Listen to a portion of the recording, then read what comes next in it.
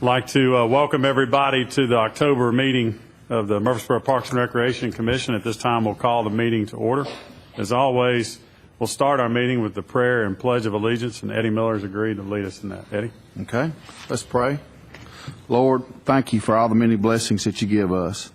Help us that we may make good decisions today. Help there be peace in the world and goodwill to all. Amen.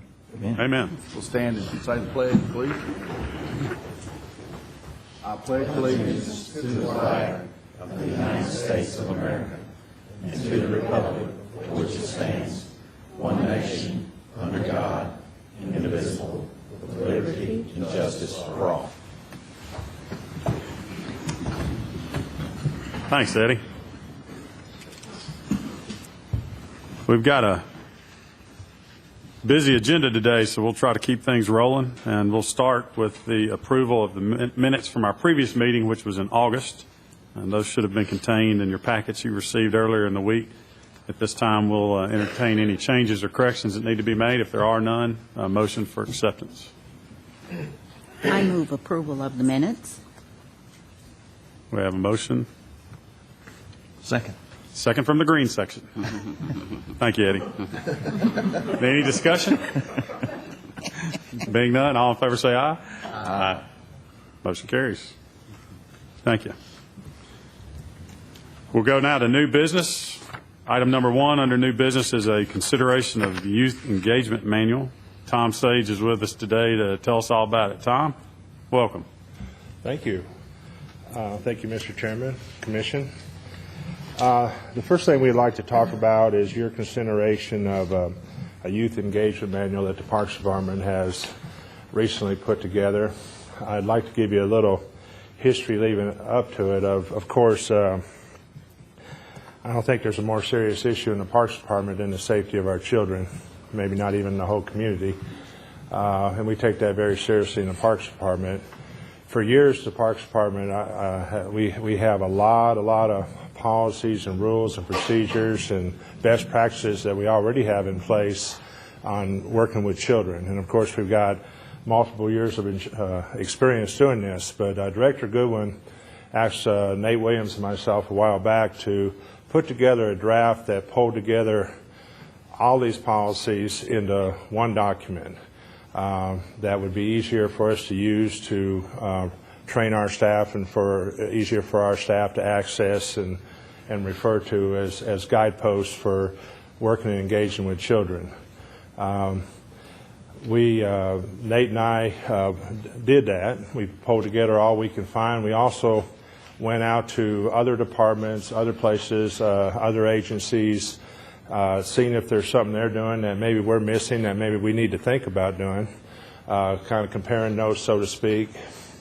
And then we went a step further. This got kicked up the hill a little bit, and Angela Jackson and Lanny Goodwin got hold of it and further refined it. And then we brought in the Child Advocacy Center, and as well as conversations with our police department and Department of Children's Services, which is 3 entities now that basically form a triangle on working with children and specifically child abuse issues. So all that information is also has been fed into this document. So we're really excited about this document and all it can do. And it's really doing, I would say, 2 main things. It's given us best practices and on how to properly engage and take care of our children.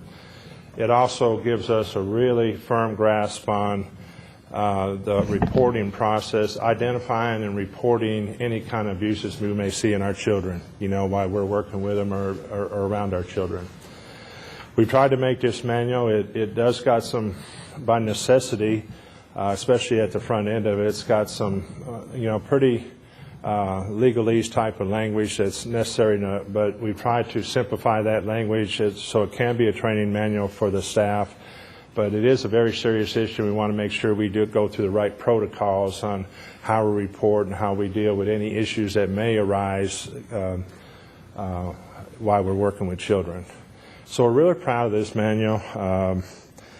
We would like to use it as a training manual for and also a bit of a policy and rules manual for our department. We've kind of had everything's kind of fallen into place at the same time. We were approached by the Child Advocacy Center a while back, and they've already been doing training. I believe Dr. Linda, I think Yes. they've already been with the schools, and they've been with the police department. They've been charged, and they've got some serious grant money to do, I think it's a 3-hour training that they're doing they're hitting all the agencies first, and it's really appropriate since they're already tied into our police and our Department of Children's Services.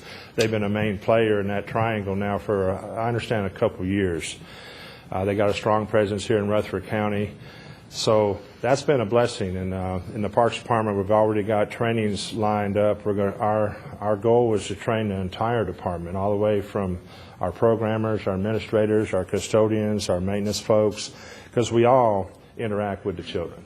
And so we got that training lined up, and our goal was, by coincidence, we were organizing, pulling all these policies together in this manual at the same time. So it's going to work out really nice if we can move this forward and incorporate our own Parks and Recreation manual and the child advocacy training we're going to do soon. What we'd like today is hopefully your blessing on this effort. Let me comment on that if I could. Been associated with the Child Advocacy Center now, I guess, for about 12 years, so I'm well aware of their work. They have a person they actually have hired as an educator to do what's called the darkness to light training, and several of us have been trained in that 3-hour training. You're exactly right. The police department, DA's office, Child Advocacy Center all work together in what's called a CIPIT team, so they are very much in contact with each other. In the role I'm in, I can see a real benefit for having this manual. I think it's absolutely necessary. I think it's smart to bring all of your policies together in one place so that your employees are very clear, and I commend you for reaching out to Sharon DeBoer and the Child Advocacy Center for doing the training, because they are doing a magnificent job, and you're right, all of your employees do need training. Thank you. So thank you for your efforts with that. Appreciate that. Any other questions or comments before we vote? Well, I would move for approval of the manual as presented. And with that motion, I also have a question, but it looks the way it's written has already been blessed by the legal staff and HR, so it looks pretty comprehensive. And Dr. Gilbert, you made some great statements about the need for it. So that's all. I just wanted to confirm that it has been reviewed by you all. So Thanks, Tim. And I'll compliment Parks and Rec for being proactive and rather than reactive on this, because I think it's absolutely a positive step in the right direction to make sure that we've made everyone aware that we recognize there's a concern as a city and as a recreation department, and certainly we're fortunate to have the groups that have stepped in and gotten involved to help forward this. So having said that, I will second the motion. Okay, thanks, Eddie. We have a motion and a second. Any other discussion? All in favor say aye. Aye. Opposed? Motion carries. Thank you, Thank Tom. you. Good work. You're up you. again. You've got items 2 and 3. Yes, Patterson's 10th anniversary. Tell us all about it. Okay. In August of this year, I need to emphasize this. The new Patterson Center has been open for 10 years, and we were thinking about having a celebration of this in August, but we reflected on that with everything going on and said, let's move it back to the fall, so up to the fall. And so on November 2nd, which is a Saturday, that day we're going to celebrate 10-year anniversary of the new center. And I need to quantify that statement because obviously the Patterson Center has been around. The structure, the older structure was here, 1979, I believe it was. And of course, a lot of things went on in that site for years and years before that. So the new center is an evolution that's happened over many, many years, but we would like to celebrate that whole evolution of what's happened over the years. It's culminated in such a wonderful center there. So on November 2nd, we're going to celebrate that day, and we'd like to do several things that day. We would like to, of course, celebrate 10 years and honor acknowledge a lot of people that were involved in bringing the center to being and everything that's happening in that area for so many years. It's so rich in history. And also the people that are involved in it now, the staff and such. We'd also like to take this opportunity to, further expose what's available in that center to the community. We're going to have our staff all on board that day. We're going to be giving tours to the center. We're going to have information tables all over the center. We're going to be doing a series of demonstrations of all the types of things we do in the center. So it's going to be going all day long. We're going to have refreshments. We're going to have some bouncies out there for the children. It's going to be a day of celebration, but a day of further showing off the center to the community, because we still feel like there's people out there that might not know what we got going on over there. So we would like to do that. And then, of course, we're going to have a more formal ceremony around 10:30 of that day. Y'all will be getting your invitations are in the mail, but I hope you'll be able to mark it down. We're going to honor some people during that ceremony.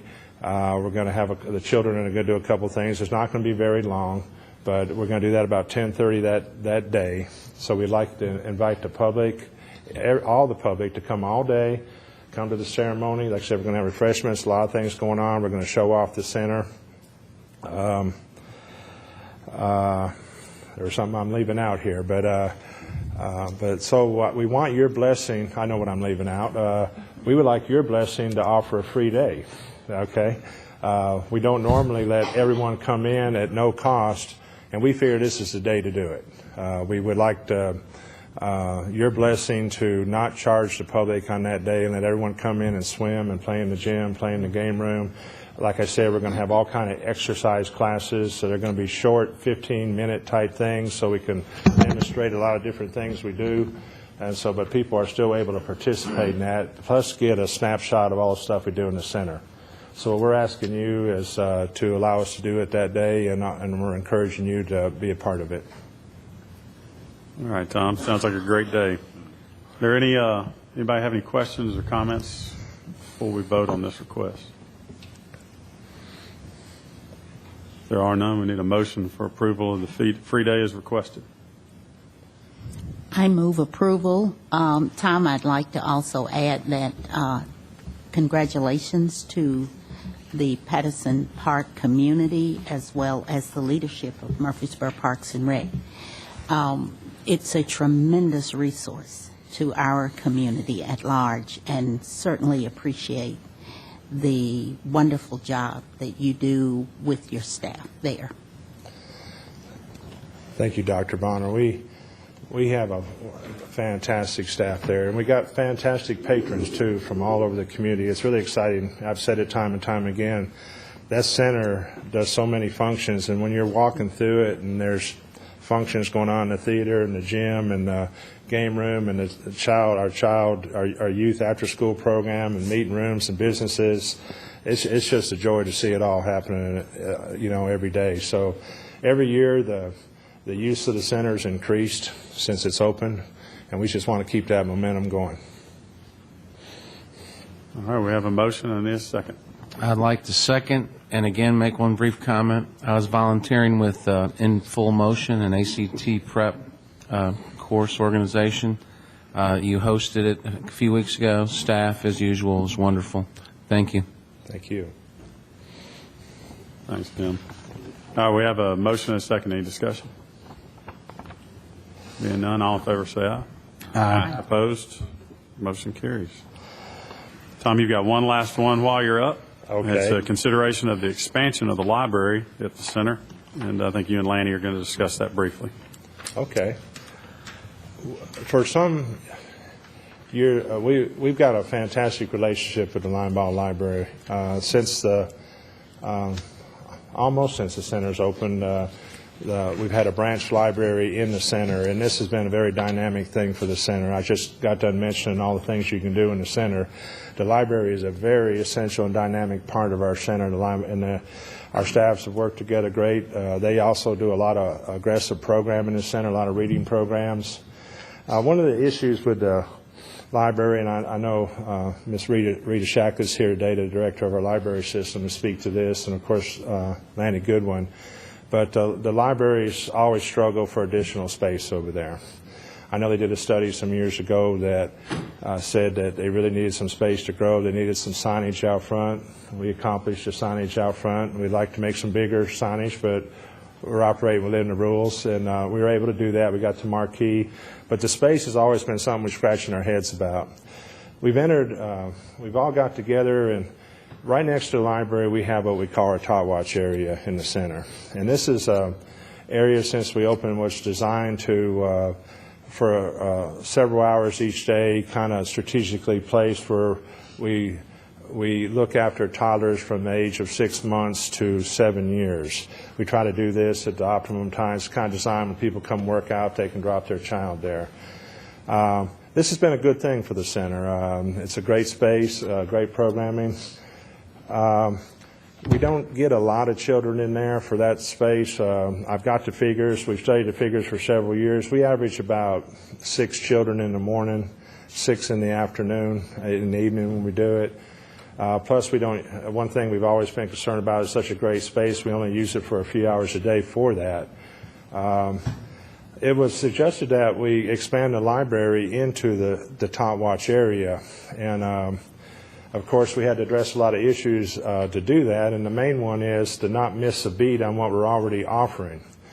And so we've talked with the library staff a lot, and they have said that during those same hours that we're offering care for toddlers and programming, that they will step in and offer this by expanding the library, by expanding the youth portion of the library in the Tot Watch, gives them the space they need.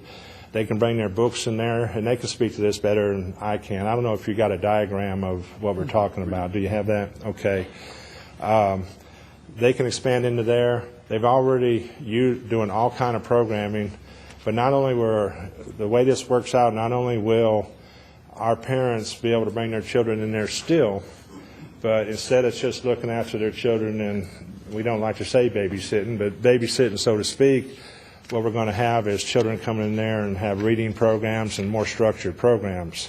So we're seeing this expansion of the library into the Tot Watch as a big-time win-win for the center.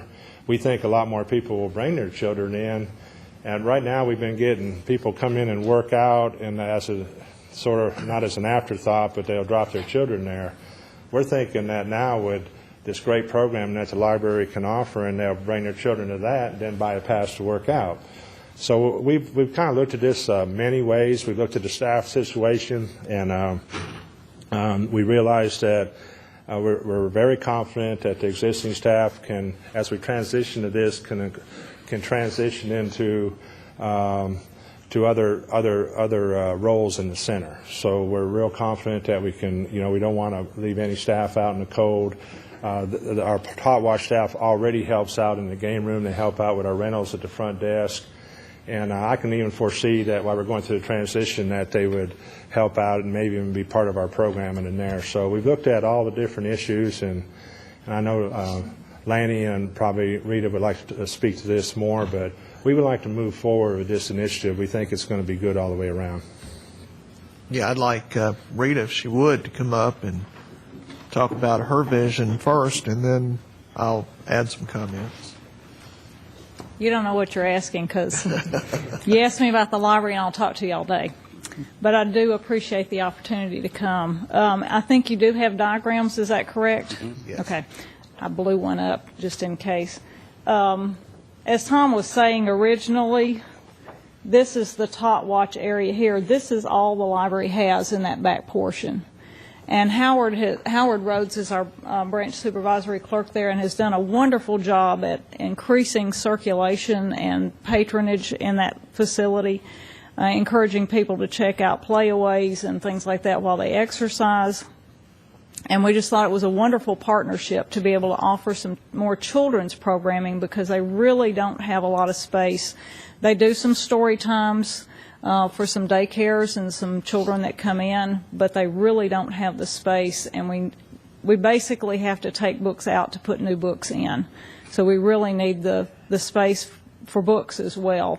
And so this is a wonderful opportunity. Of course, I'm ready to tear the whole wall down, and I can go crazy. But we would be very grateful if this is something you would consider doing.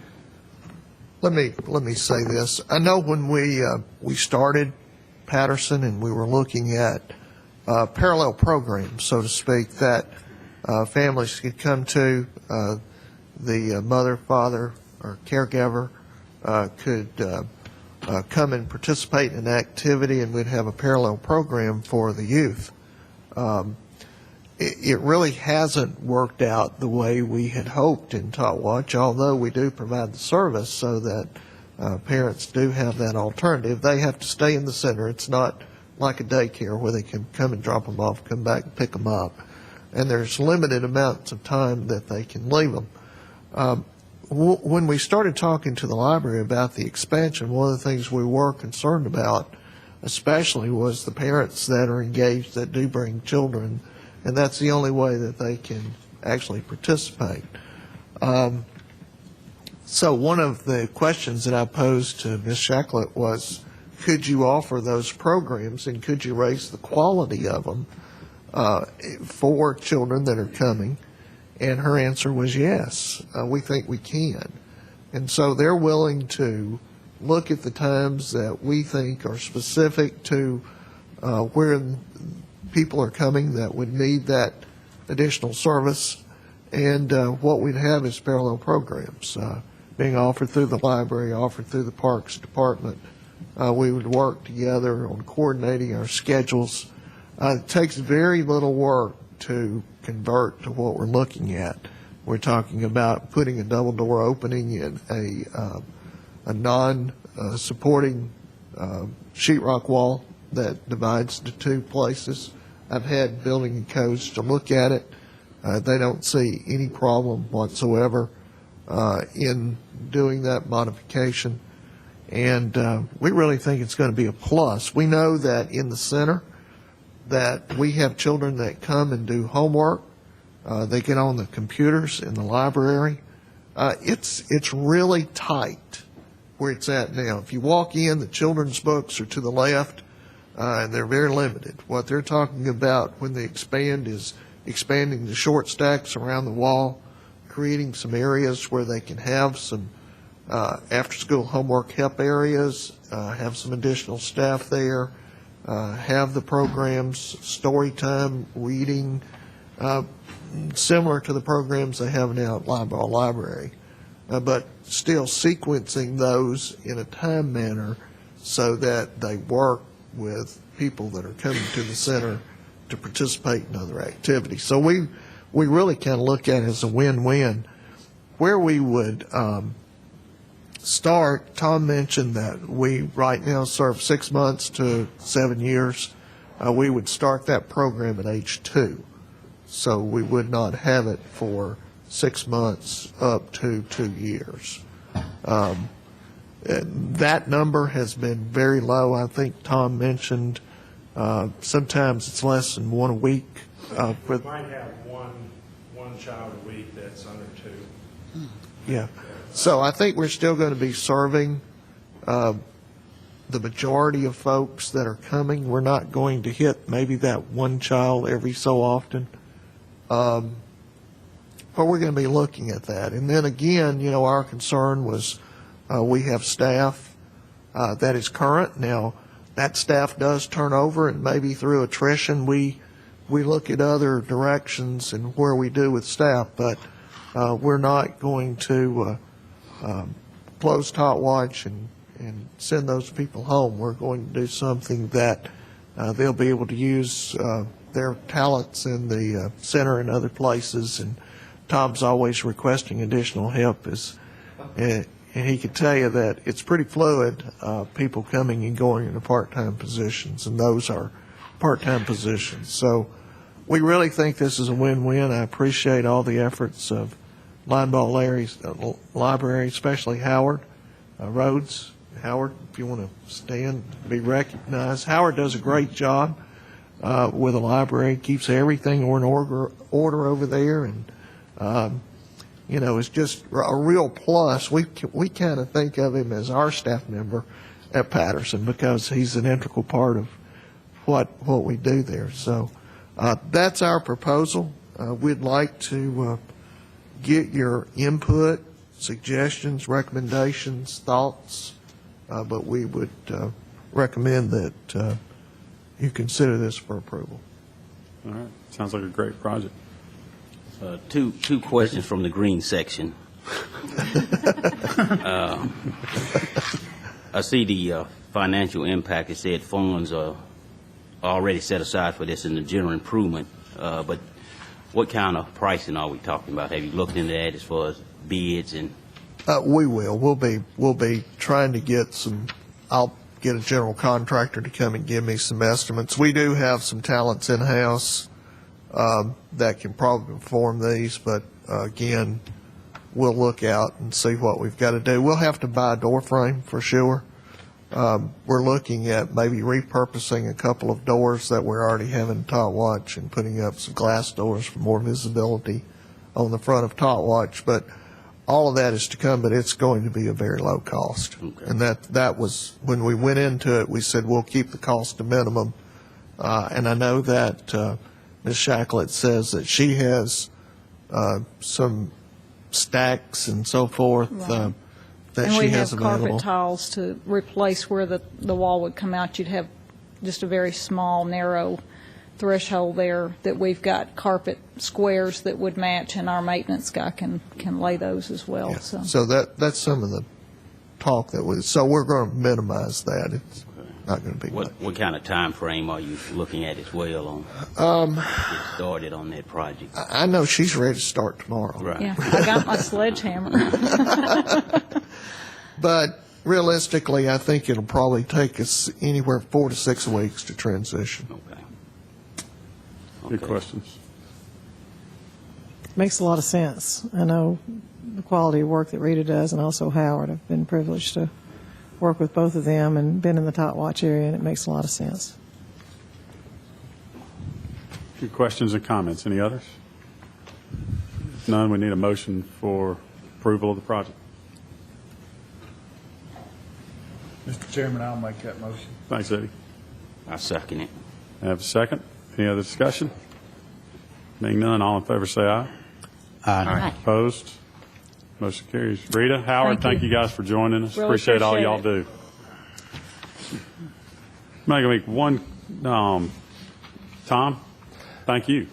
Well, thank you, Appreciate Mr. you being Chairman. here. If I could say one more thing, I think I remembered what I forgot earlier. But on our 10-year celebration, remind me when we were talking about doing the construction in the library, at this time, the city manager and Laney were able to find a little bit of money this year to make some needed repairs to the center. So I want to ask the public to bear with us during the next few weeks. If they haven't already seen it, we're redoing some drainage that we've had problems with in front of the building, and we're taking advantage of that to re-landscape in front of the building and paint some of the front and some of the stuff that's been needed for years and get that done. So I ask the public to bear with us till we put all the pieces back together. Thank you. Thanks, Tom. Great work. Make a quick change to the agenda. I'm trying to be sensitive to the time of our guests that have joined us, and we've got a guest here today, and so we're going to drop down to the last item, which is the announcements regarding the groundbreaking for the new indoor tennis facility. Alan Farley's joined us today from MTSU. I'm putting him on the spot, and Laney's going to tell us all about it, but I wanted to be sensitive to Alan's time. He did look like you put him on the spot. Well, he's got a home game this week. The guy's busy. We're excited about the indoor tennis facility. Of course, you know we've hired an architectural engineering firm to move that project forward. We've had several progress meetings, and we're ready to break ground. We're just trying to find a date. I know Alan and I have been emailing each other back. We hoped we would have it by this time, but we'll be announcing that. We know it will be at the end of this month sometime, so we're looking at probably sometime the last week in October. So if you just kind of keep that in mind, that we'll be sending that out to you, and we'll be making invitations to everyone. But we're making good progress. We looked at the floor plans the other day for the center. We also looked at a preliminary site master plan for the park. We're involving the MTSU coaching staff Mr. Farley is a part of those discussions, along with a couple of members from our Murfreesboro Tennis Association. So we're trying to tie all the pieces together as we go through and make sure that when we build this facility, it's a facility that not only fits the needs of MTSU, who is raising the funds. Mr. Farley, when he was looking at the plans the other day, started saying, hey, there's a few more rooms I think I may be able to sell in this facility. So he's already thinking about additional funds, which we were going to need now, and we appreciate that.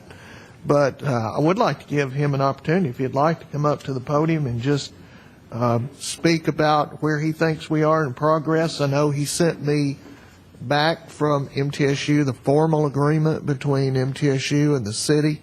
I forwarded that to our legal department for review, and we'll be getting back with them and finalizing the agreement and moving the project forward. So, Alan? Thank you, Lanny. I do want to commend Lanny for the work that he's doing, trying to coordinate the community, the university, the city.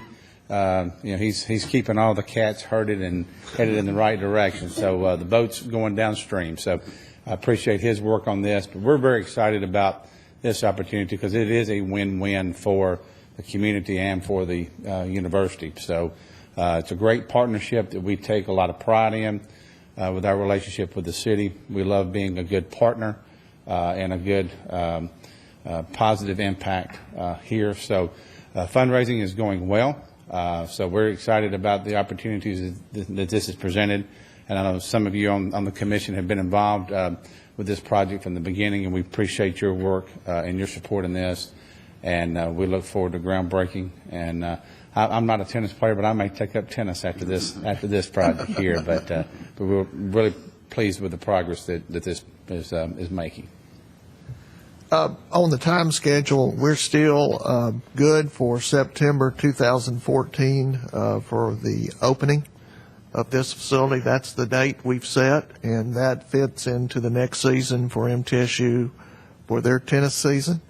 And it fits several other things. I know that Ellen and I have talked about that they're trying to make arrangements for, and hopefully can talk about later on some big announcements. So we think it's going to be great. We'll have the groundbreaking.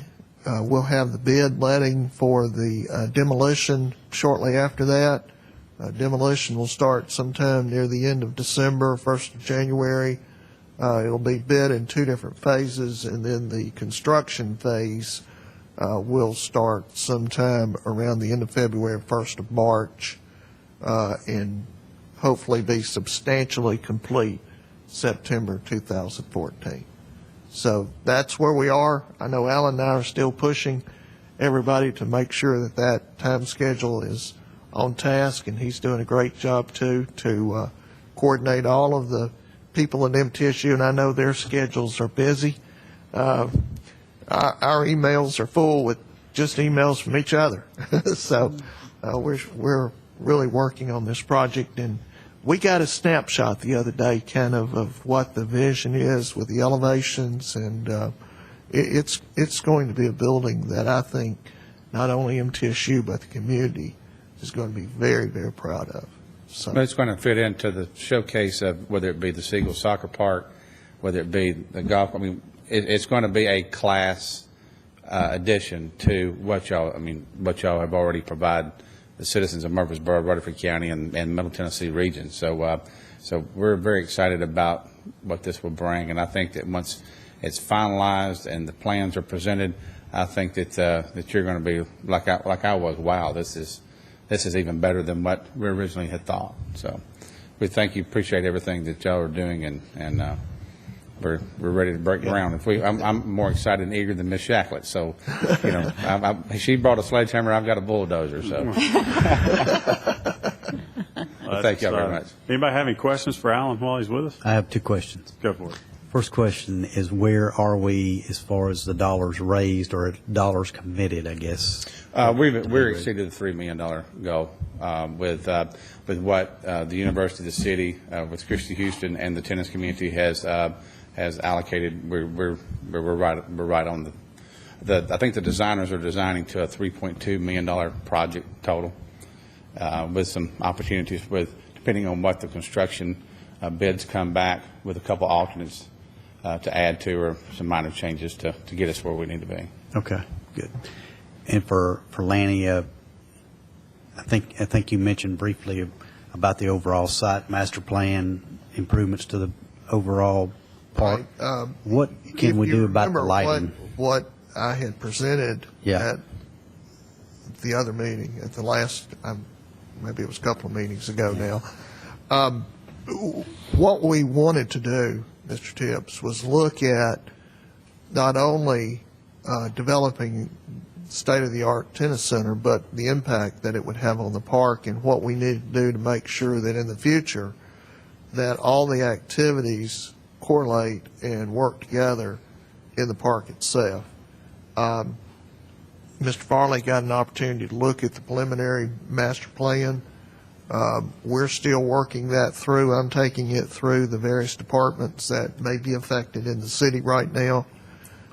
Before I bring it back to you, we're excited about it. We think it's going to add some new life and some new energy to the park, while making allowances for the additional traffic that's going to be there, looking at the pedestrian situation, the walking, making sure they're safe, and really kind of featuring what we're doing within the park. So did I sum that up fairly? I mean, as a native of Murfreesboro, I'm excited because, of course, with your chairman, I share. We grew up together, and I mean, he'd been disappointed. There's a lot of old memories there in the old ag center, but now it's really the wow factor on the master plan. If it can all come together, which I think, there are some other departments involved, but I think that seeing it evolve over the last 45 plus years, I'm really excited about that, just as much as I am the tennis center, because it does bring new life to that entire area. Definitely. What I was directly referring to, though, and I don't want to sound like a broken record, but still the fact that we need lights on at least on those 8 outdoor courts that's right there. Right. I guess I was wondering if that's going to be incorporated, if that's going to be done soon as opposed to later, or what's the timetable on it? What we've talked about now is not in the scope of work for our architectural engineering firm. But if we did include it, we could put it as an ad alternate, get a price on it, have the city council consider it. Okay. I guess I would renew my request that was that approved forward in that several direction. months ago by this commission to get that done. So I'm going to renew that request. Okay. If that's the wishes of the commission, then I'll move that forward.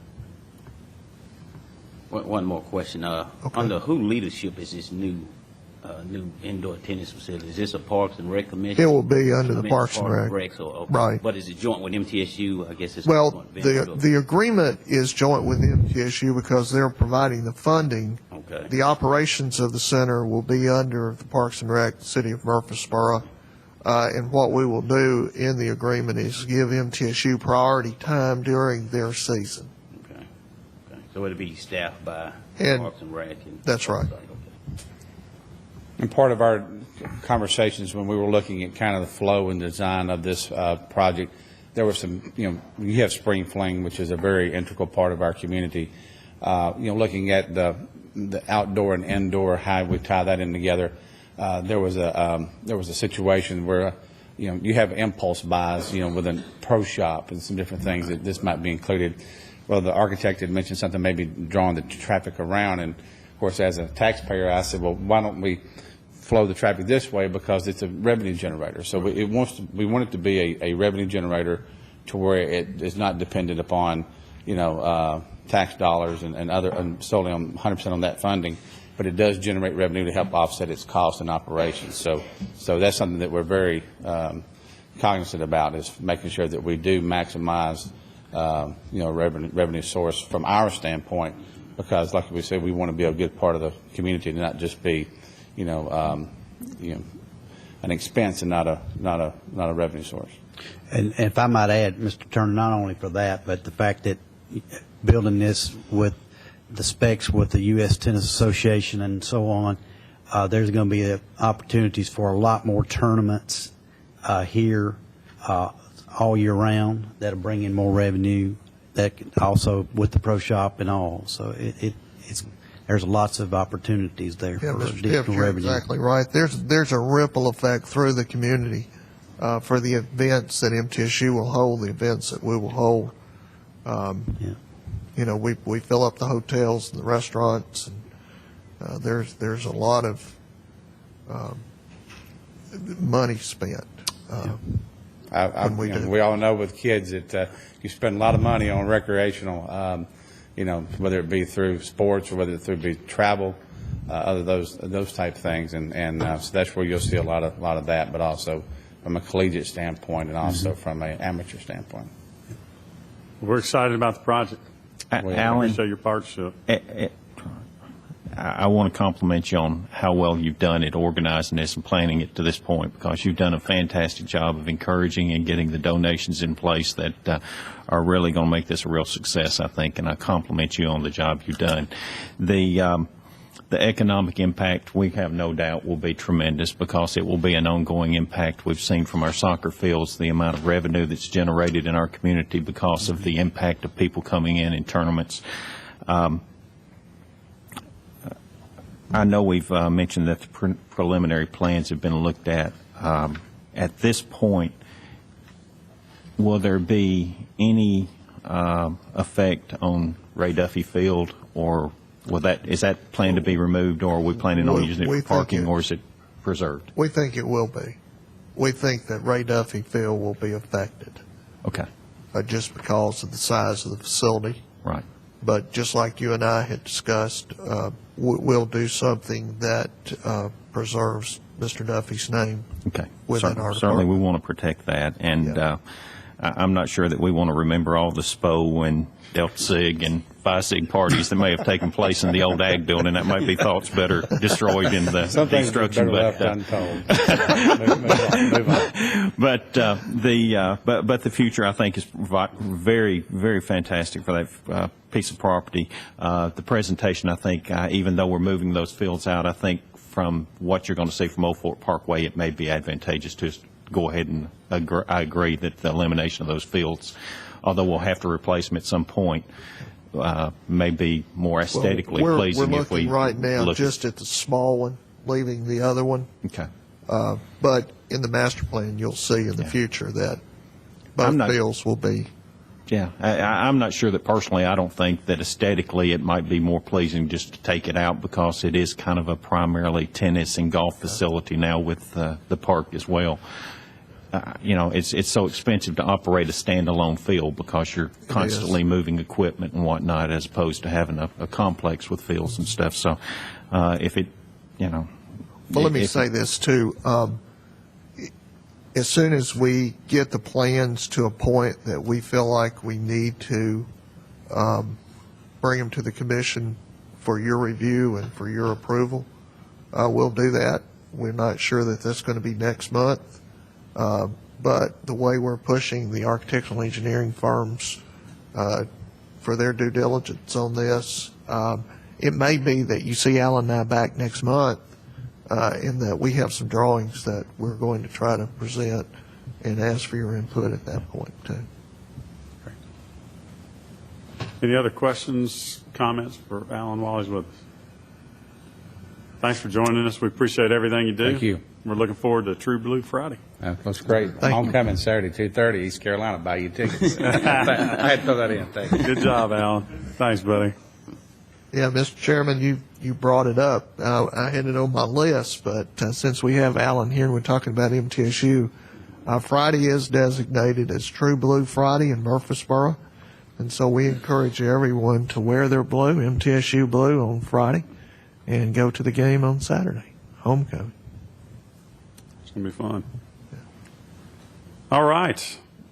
We've got a few more items, and the clock is ticking. The next item, Angela, you're up. It's a consideration of a memorial donation request from Make-A-Wish Foundation. Yes, sir. A representative from the Make-A-Wish Foundation of Middle Tennessee has made an application to us through our memorial and donation policies to donate a piece of accessible play equipment to be installed at Old Fort Park.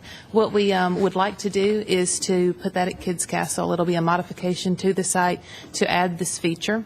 It will be installed in honor of a child as a part of the Make-A-Wish Foundation, and I'm sure all of us are familiar with that organization and what they do some wonderful work, and it has been a pleasure to talk with the staff of Make-A-Wish up until this point.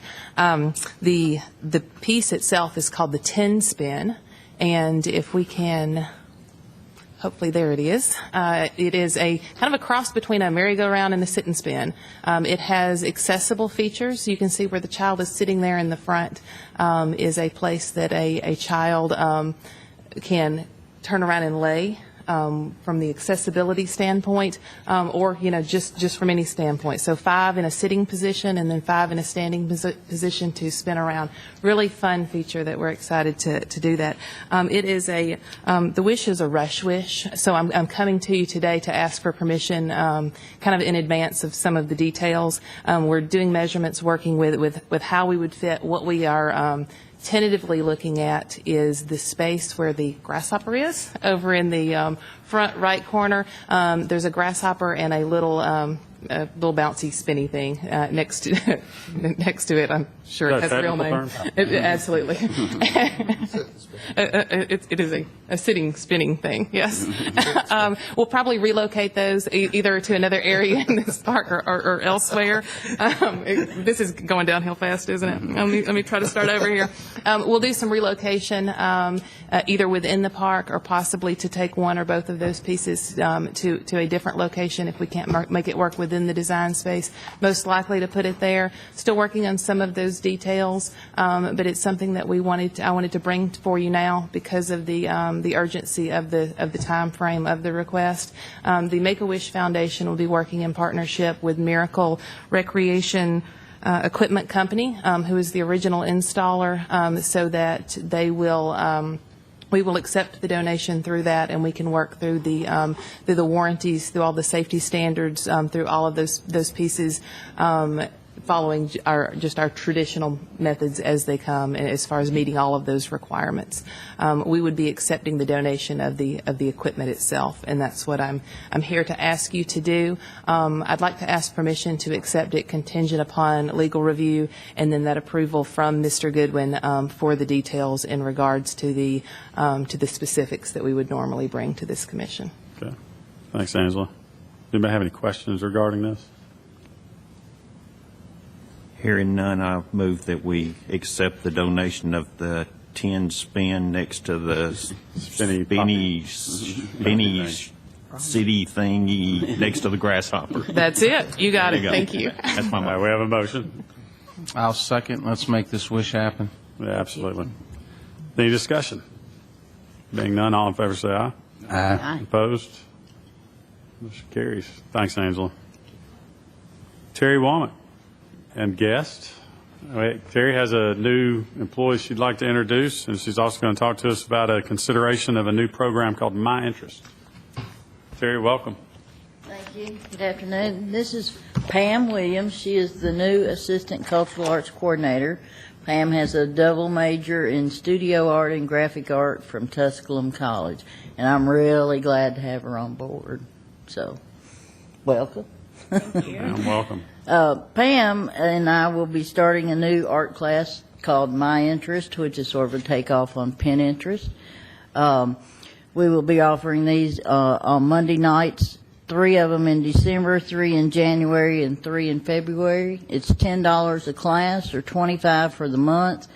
We've been looking at decorations, Christmas presents, recycle art, new ways to make coffee tables, redecorate your chairs, whatever things that you want to learn how to do. It's for ages 12 and up. And we're open to ideas and suggestions from the public, too. We'll have all kinds of supplies and tools and this, that, and the other for you to come and just be crafty, creative.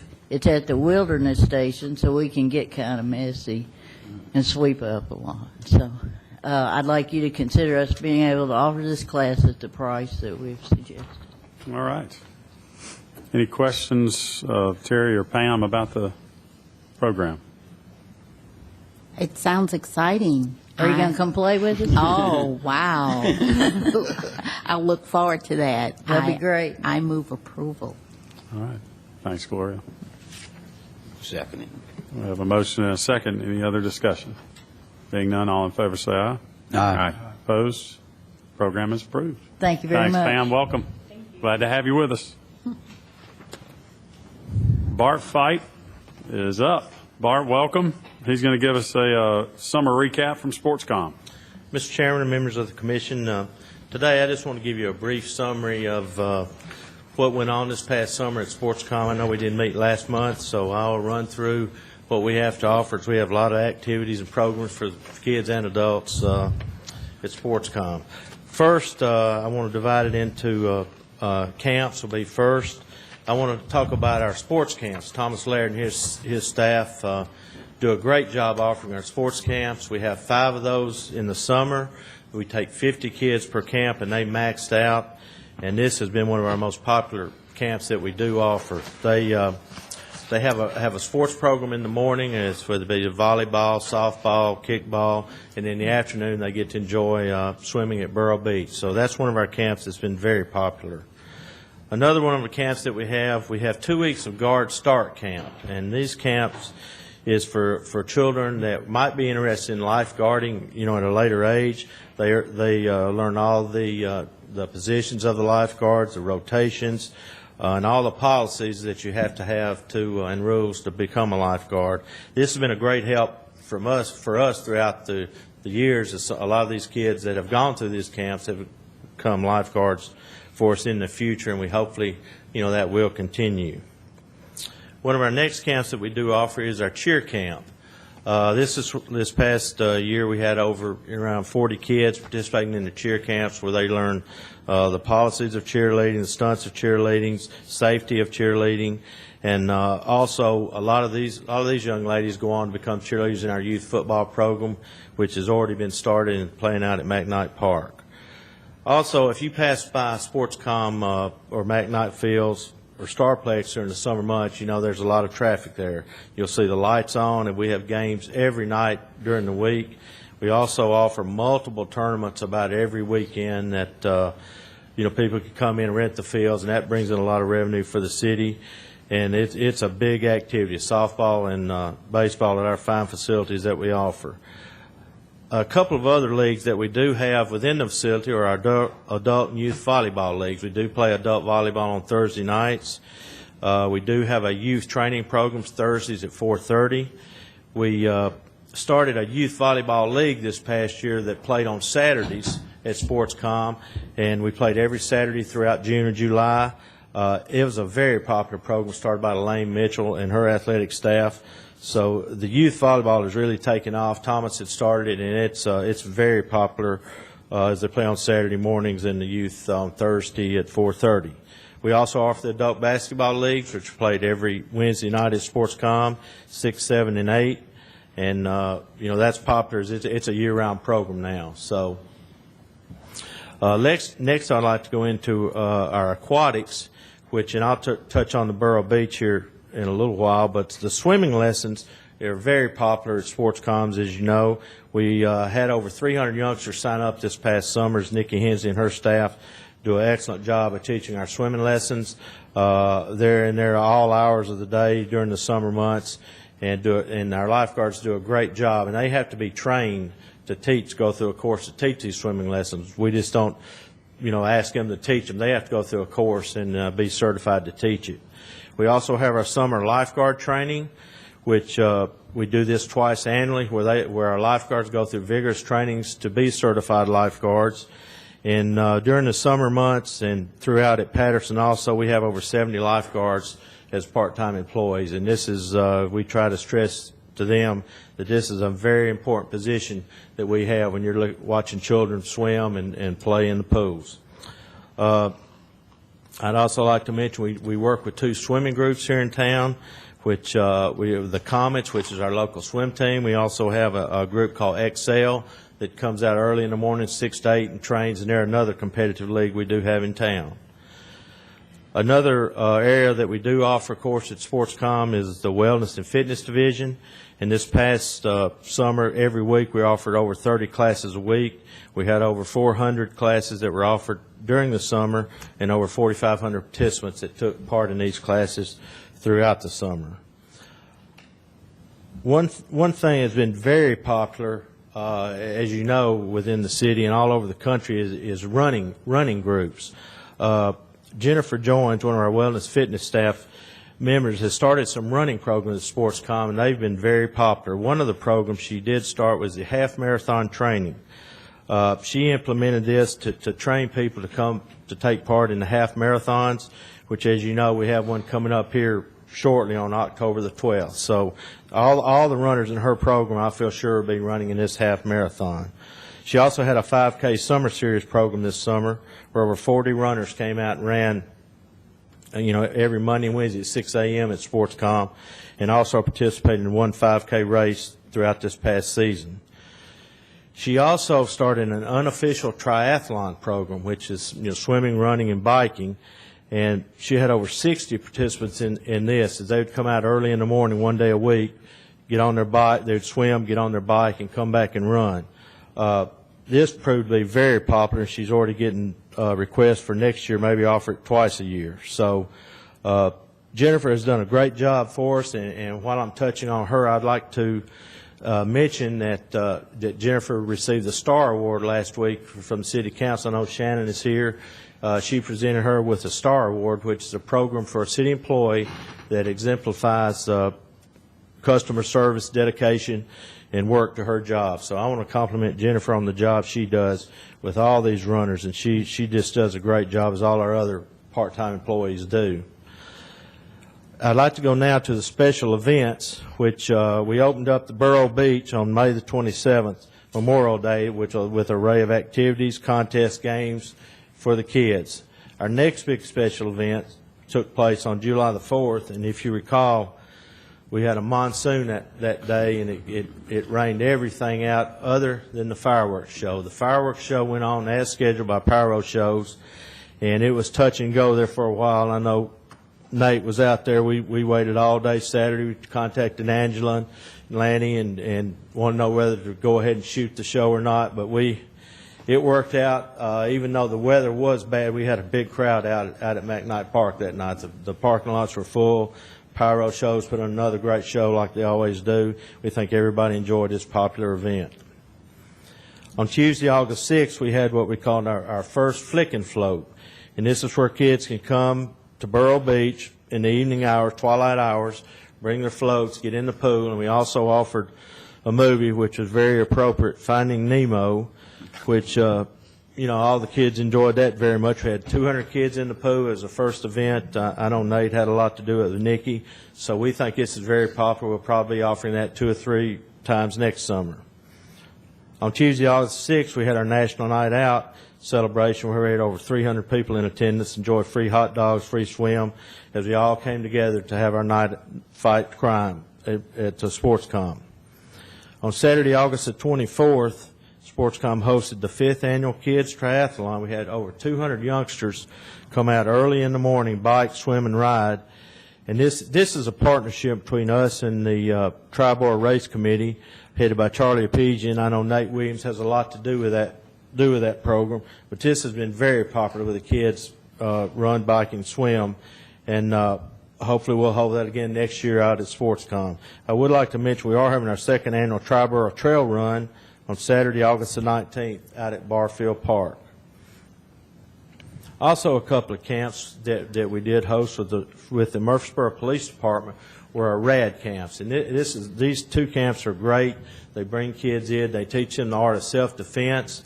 And the police department does a great job in offering these camps. And we had around 40 youngsters in each camp for those. We also work with the Murfreesboro Police Department with motorcycle training, where we provide space for them out at McKnight Park where they come in, bring in their motorcycles, and learn the operation and safety of operating their department motorcycles when they're put on as police officers. On September the 14th, we held our fifth annual puppy plunge, as we had over 200 dogs that got a chance to swim and splash in the waters of Boro Beach. And on September the 21st, we hosted our TVA Super Challenge, which that brought in a lot of people from 7 states that unfortunately the softball was rained out, but they did get to swim. They got to play basketball, volleyball, an Olympic-style event, and that brings in a lot of people, and they've already called about booking up Embassy Suites next year and some hotels for that event. So, and I'd like to mention, I know a couple of years ago they decided to go to another city, but immediately after that experience they called back. They liked our facilities, they liked the sports comm area, so I believe they're here to stay, and we're glad to have them with us. The next one is our summer recap, our revenues from 2011 to 2013 from Memorial Day to Labor Day.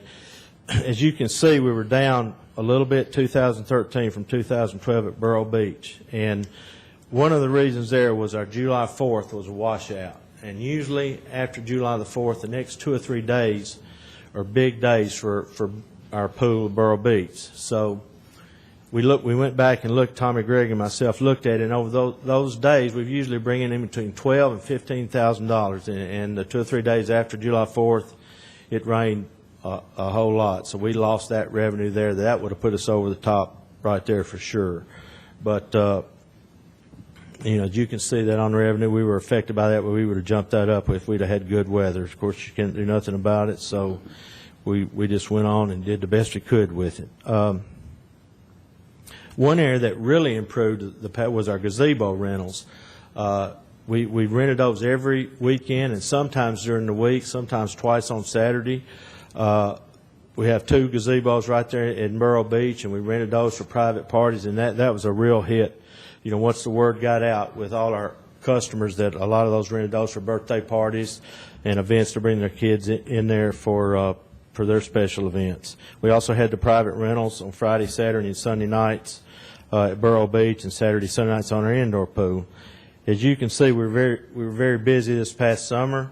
We're looking forward to, of course, this fall, having some special events coming up, our Customer Appreciation Day. Also, we'll be having our holiday lock-in coming up in December around Christmas.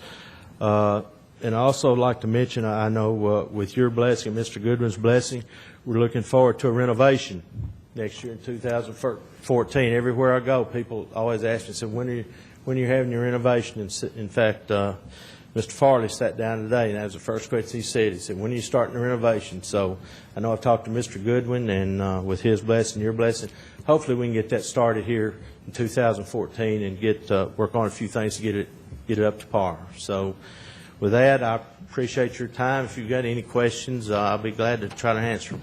Anybody have any questions for Bart? As always, you guys are really busy and doing a great job. We appreciate you. Thank you. Thanks, Bart. Our last item on the agenda, Becky Johnson is going to give us a quick update on all the activities, programs, and special events. Becky? Well, good afternoon, everyone. I'm just going to take a minute and pull up my presentation really quick.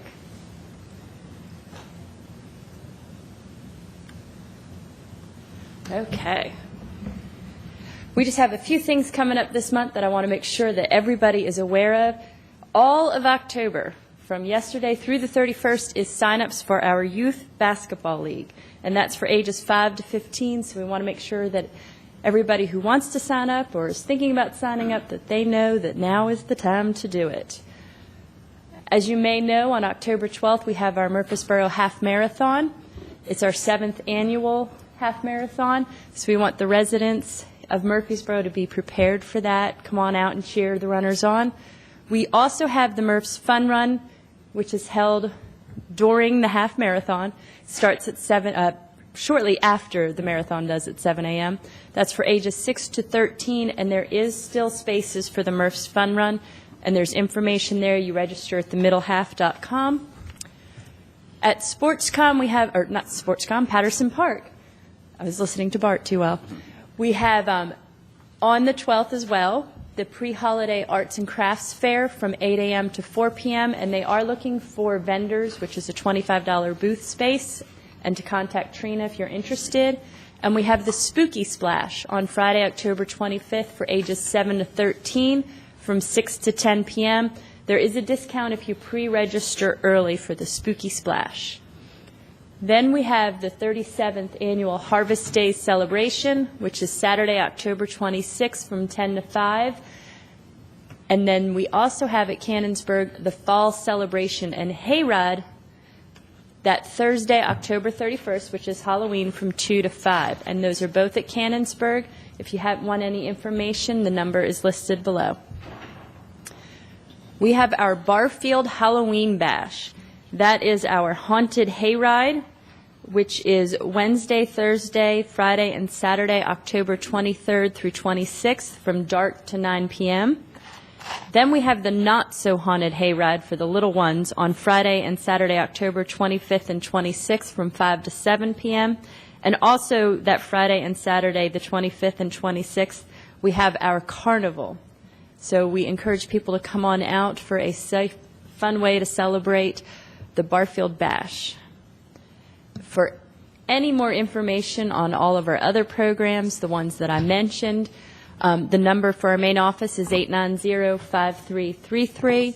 Our website is murfreesborotn.gov/parks. And we also have several Facebook pages, so you can follow us on Facebook as well. All right. Anybody have any questions for Becky? Thank you for the update. Thank you. That concludes our new business. Is there any other business to come before the commission? Mr. Chair, I just have one update that I would like to give on the Greenway Extension Phase 4. As you know, we've been working toward trying to get our Greenway to Barfield Crescent Park, and we've run into a couple of things that we're trying to resolve. One is, I know Mr. McCurry, who lived on the stretch of that last phase, would like for us to move to the other side, possibly, and take the trail so he wouldn't have to move out of his home. So we have been looking at that. And there's a couple of alternatives, and we're not finalized at this point, but I would just want to kind of give you an update because I think it's imperative that there's some news stories out, there's some other things that I think you need to get the facts and to understand where we are. We've had the Architectural and Engineering Services to look at what we can do with Phase 4. And is there an opportunity for alternate routes? And we're looking at that right now. We're not concluded that where we're at originally is where we're going to be, but we're looking at it. There is an opportunity possibly to phase it in two different phases. We know that we are going from where we are right now, which is on Barfield Crescent Road, down to South Ridge subdivision, and we're crossing the stream there, crossing the Stones River, the West Fork of the Stones River. And we know we're going to develop a small parking area and trailhead at that point. We know that could be one of the alternatives if we split it into two different phases 4A and 4B. That could be an alternative to going ahead and getting that done. That would extend the trail around 2,300 feet. And that phase would take somewhere around 180 days to complete. We know also that there is possibly an opportunity to go ahead and extend the trail from Barfield Crescent Park down Veterans Parkway and go under the new Veterans Parkway Bridge across the old bridge that used to be the Barfield Crescent Road Bridge. You now see, if you go down through there, notice it has dirt and grass on top of it, and we'd utilize that bridge.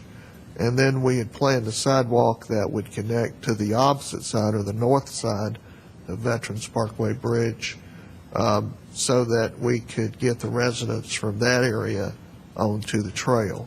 So that possibly could be 4A leaving the distance in between its connections. What we've been doing is we've asked the architect to look at the alternatives and the possibilities. They've done that. By today, they should be getting their final surveys to determine if that's a possibility. They are saying that by October the 4th, which is Friday, they're going to give us a report back and something for the city to look at and consider. I'm sure that there will be cost that we'll need to look at, and there'll be other options that we'll need to weigh. And hopefully in the future we'll be able to come and tell you which direction we're going at that point. But I just want to tell you where we are. We're actively pursuing, trying to get the trail from where it is now to Barfield Crescent Park. And that is essentially a 3.5-mile connection to the park. And I'll be glad to answer any questions that you may have. Does anybody have any questions for Lanny on this update?